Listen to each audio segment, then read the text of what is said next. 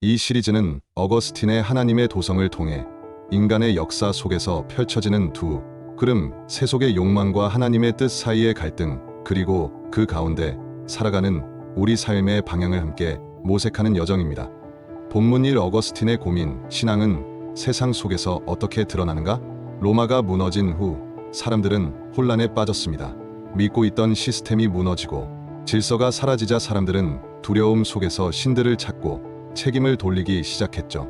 그때 어거스틴은 단순한 정치나 전쟁 이야기가 아니라 삶의 방향을 정하는 가치에 집중합니다.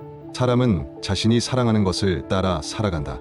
어떤 이는 돈, 어떤 이는 명예, 어떤 이는 평화나 진리, 혹은 하나님. 사람이 무엇을 사랑하느냐에 따라 그 삶의 흐름이 결정된다는 것입니다. 하나님의 도성은 세상 속에서 숨겨진 공동체처럼 존재한다. 어거스틴은 이렇게 말합니다. 두 도성은 역사 속에서 겹쳐 있다. 교회 안에도 세속 도성이 있고 세상 속에도 하나님의 도성의 흔적이 있다. 이 말은 굉장히 도전적입니다. 겉보기엔 교회 다니는 사람이라도 실제로는 세속 도성의 삶을 살 수 있고 반대로 겉으론 세상 속에 있지만 실제로는 하나님 나라를 살아가는 이들도 있다는 것입니다. 그래서 어거스틴은 외적인 형태보다 무엇을 사랑하고 있느냐를 기준으로 삼습니다. 본문 이 세상 속에 있지만 세상의 기준과는 다르게 어거스틴은 하나님의 도성이라는 표현을 썼지만 그게 말하는 바는 단순한 천국 개념이 아닙니다. 그것은 이 세상 한복판에서 하나님의 뜻을 삶의 중심에 두고 살아가려는 이들의 공동체예요. 그들의 삶은 눈에 띄지 않을 수도 있고 교회 안이 아니라 삶의 현장에서 드러날 수도 있습니다. 그들의 특징은 단 하나, 자신이 사랑하는 분을 따라 살아가는 것. 본문 3 어거스틴이 우리에게 던지는 질문.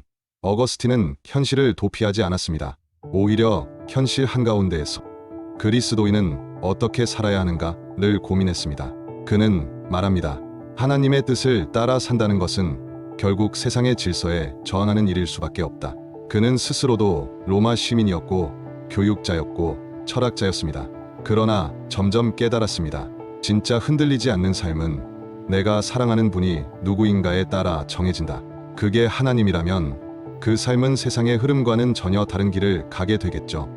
주님, 저는 작고 연약합니다. 이 세상을 속에서 하나님의 뜻을 이루는 삶을 살아가게 하시고 하나님의 나라를 먼저 바라보게 하소서.